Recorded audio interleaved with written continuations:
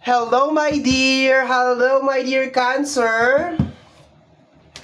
Bonus reading ng first 15 days of October, mga my dear Cancer. This is from October 1 hanggang October 15, 2024.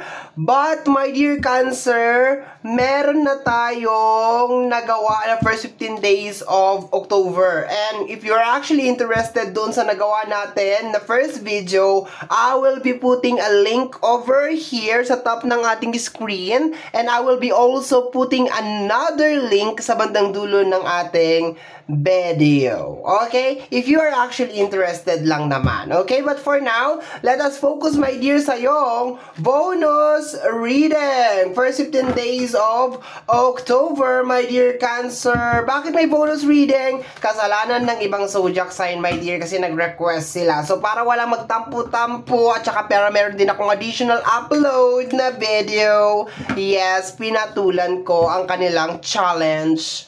Okay, so my dear Cancer, bonus reading. Let us start with Oracle card. Okay, so isa-isang Oracle card lang, my dear Cancer, kasi pag marami ng Oracle card na nahuhulog, nakaka-overwhelm yung kanyang energy. Okay, my dear Cancer, tingnan natin kung kaninong energy ang masasagap natin sa ating bonus reading. Okay, we have that. We have that card, okay? Next, may pa-English ako today, Medyo English focusing ako today. Okay. Next, my dear Cancer. Next energy is this one na lang. Ayan, diba? May may tawag doon millennial ba tawag doon? This one na lang, eto na lang. Ang arte, diba? Sarap saktan. Okay. So, let's go tayo, my dear Cancer. Tingnan natin. Cancer, bonus reading. First 15 days of October. Eto daw. Silipin natin, my dear. And magdadagdag pa ako ng card dyan. Using this, and then using this one. Yan, dalawang card na yan. Bali, tatlo sa ilalim, tatlo din sa taas. Bali, 6 cards more ang i-add natin. Pero kung meron pa mahuhulog na ibang card, of course, isasama natin, mga my dear Cancer. Let's go, my dear. Energy ng light. Gawin mong light. Energy ng light. I left when I saw you with someone else. Wow! And energy ng relaxation. Okay. So, nag-mix yung energy, my dear. Mekos-mekos yung energy as of this moment. Sa energy ng light, I think yung universe or ang ating buong may kapal, my dear Cancer, na may likha ng langit at lupa, ay tutulungan ka, my dear, na makita. Eto, my dear, isang sign na to, my dear, nang makita, diba? I left when I saw you with someone else. Pero ayoko naman, my dear Cancer, na parang i-conclude to na parang meron kang nahuli, okay? I will just say, sabihin na natin, my dear Cancer, na parang meron kang nalinawan ka na, my dear. Parang ganon. Nauntog ka na, nalinawan ka na, my dear Cancer. And meron ka ditong energy ng relaxation. Peace of mind, relaxation, gano'n na nakukuha ko dito, my dear. So, I think, my dear, confirmation yung nangyayari dito. Okay? Confirmation. Kung ikaw ay niloloko ng isang tao, confirmation. Parang, okay. And then, after nun, bahala ka na. Magre-relax na, okay? So, parang nagkaroon ka ng awakening, my dear Cancer. Ganun na lang. Nagkaroon ka ng awakening. And kung ano man yung nadiscover mo or nakita mo, my dear Cancer, yun na yun, okay? And then, meron ka ditong energy ng relaxation. So, you are having a quality time, diba? Ganon. Para ka nabunutan ng tinik. Yan ang nakukuha ko dyan, my dear Cancer. Okay, let me see. Tingnan natin, my dear Cancer, additional energy. Okay. Basta meron ka lang natuklasan.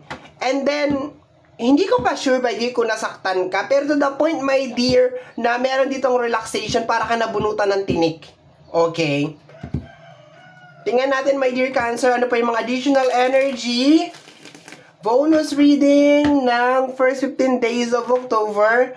We have here, dalawang card. The 8 of Cups. Yes, my dear, talikod talagang eksena mo dito, my dear Cancer. Bahala kayo dyan. Nahuli mo, meron siyang kasamang iba, ay bahala ka dyan. 'Diba? Nahuli mo, niloloko ka, ay bahala ka dyan. 'Diba? Eksena ng 8 of Cups. Tinalikuran mo yung mga cups, my dear. Okay? So, I guess, my dear, dahil sa matutuklasan mo sa first 15 days of October, eto, my dear, yung magti-trigger sa'yo, my dear, na tumalikod na. Parang, ay, tama na. Sobra na. Ayoko na. Parang ganun yung eksena dito, my dear Cancer. Kasama niya is the 10 of Wands. Okay? Kaya ko to mag-isa. Okay? Kahit mag-isa ako, kakayanin ko to.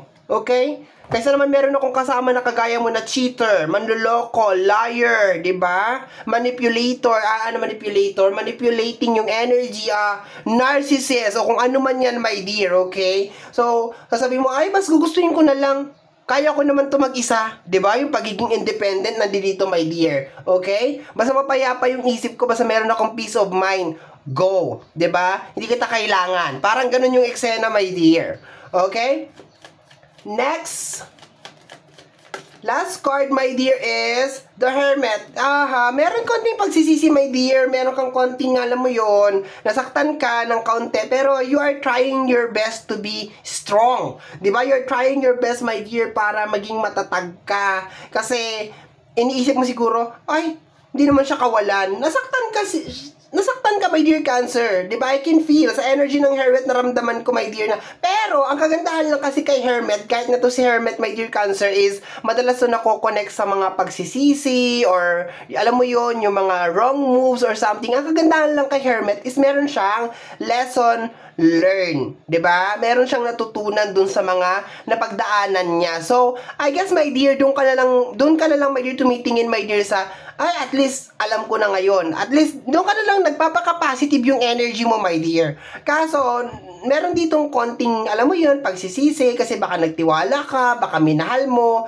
Tapos, eto nga, yung mag-isa mo na lang tatahakin ngayon yung journey. Yun nga, lahat to, my dear, is more on pagtalikod to, my dear. Yun na nakukuha ko dito. Enlighten ka, my dear, na kung sino man to or kung ano man tong sitwasyon na to ay hindi deserve ng effort mo or ng energy mo. Parang gano'n, ay hindi mo ako deserve. Parang gano'n yung sinasabi mo dito, my dear Cancer. Hindi tayo magka-level. Hindi ko to deserve yung ganito. Okay? Hindi ko deserve na nai-stress ako sa isang tao na kagaya mo. Parang ganon. Okay? Next, my dear. Next energy. Bonus reading. First 15 days of October. Mekos lang natin ng very, very light. Nag-walkout ka na lang talaga, my dear, no? Talagang may mga walkout na mangyayari, my dear, sa first 15 days of October. Baka biglaan ka na lang maglaho talaga, my dear. Sa hanapin niya, nasaan na yun? Ano nangyari doon? 'Di ba? So, patay mali siya na naman sila, na kunwari wala silang ginagawang masama sa'yo. Hindi nila alam mo na. 'Di ba? May idea ka na. 'Di ba? Yung akala nila tanga-tanga, yung akala nila bobita. 'Di ba? May alam na. May alam na sa mga pinaggagawa nila, kaya nagtataka sila ngayon, nasaan na si Cancer? Nasaan na? Ay, wala na. Lumayas na si Cancer. Nag-exit na. Okay, kala nyo walang alam. May alam na si Cancer. Okay? Next. Energy of the Queen of Pentacles. Okay? Masakit, my dear, yung typical na ginawa mo lahat para mapabuti yung buhay ng isang tao, or ginawa mo lahat para makatulong ka. Kasi ang energy ng Queen of Pentacles is more on troubleshooting. Yung parang typical, my dear, na pag nangailangan siya ng tulong, nandyan ka. Pag kailangan niya ng karamay, pag kailangan niya ng friend, kailangan niya ng shoulder to cry on, kailangan niya ng advice, nandyan ka. Kailangan niya ng help emotionally, financially, nandyan ka. Okay? Pero yung malaman mo, my dear, na meron siyang ginagawa na something sa likod mo, aba, that's not good. 'Di ba? So, I think yun ang nakukuha ko dito, my dear, kasi nagsama yung 8 of Cups at saka yung Queen of Pentacles. I think kaya ka tumalikod is napagod ka na mag-troubleshoot, gumawa ng paraan, intindihin, unawain kung ano man tong energy nitong tao na to. Okay? Kasi sabi mo dito, I left when I saw you with someone else. With someone. Okay? wala palang else, para dagdag ako, I left when I saw you with someone. So, posible naman, my dear, nahuli mo talaga on the spot. Kitang-kita ng dalawa mga mata mo, my dear. Naglalampungan, naglalandian. And ayaw ko na mag-focus lang, my dear, doon. Posible naman, my dear, nahuli mo sa pagsisinungaling or alam mo yon. Kasi itong reading na to, my dear, pwede to sa relationship, pwede to sa friends, pwede to sa family, pwede to sa katrabaho mo. So, it really depends on the situation. Ang kagandahan lang dito, my dear, is finally magkakaroon ka na ng peace of mind. Okay? Kung meron kang for the longest period of time, nag-iisip ka, my dear Cancer, binabackstab niya ba ako? Niloloko niya ba ako? Tinatarantado niya ba ako? Charan! First 15 days of October, confirm. Makaka-receive ka ng mga confirmation. Okay? Tingnan natin, my dear. Next energy, my dear, is the Six of Pentacles. Pagtulong, my dear. Napapagod ka ng tumulong. Pagod ka na mag-troubleshoot, tapos wala namang nagbabago doon sa tao na yun. Yun ang nakukuha ko. Six of Pentacles, napakaganda nitong card na to.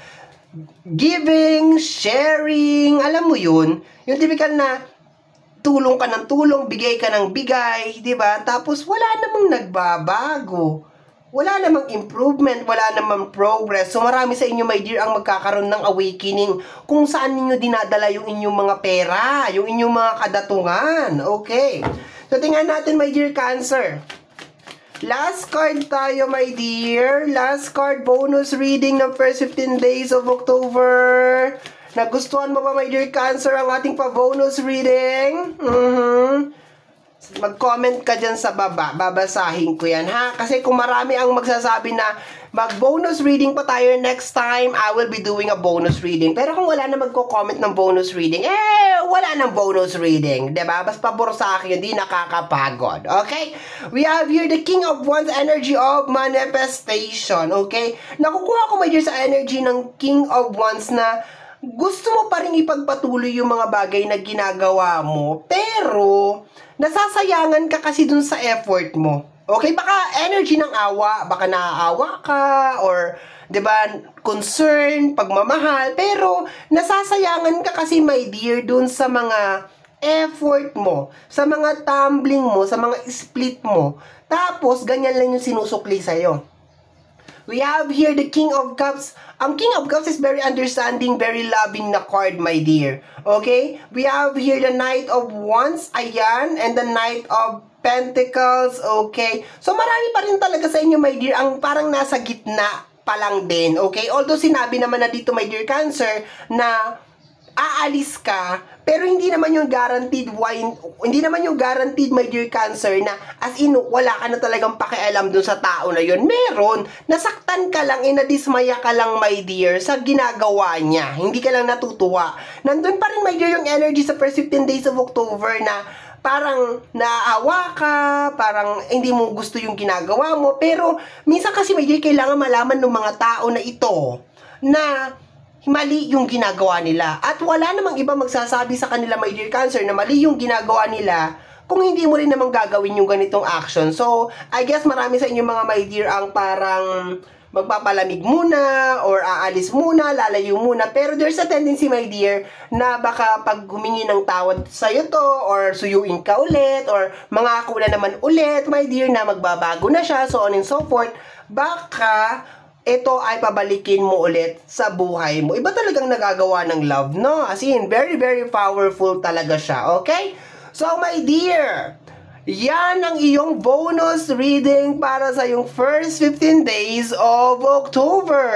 Somehow, my dear, kung nagustuhan mo ito, especially kung napadaan ka lang, don't forget to subscribe. Pag-click lamang po ang notification bell para ma-update ka sa aking mga upload. And free to like, free to share, free to comment sa lahat ng ating mga videos. Once again, my name is RJ, also known as Apo J. Maraming salamat po, and until next time, bye-bye! Thank you, my dear!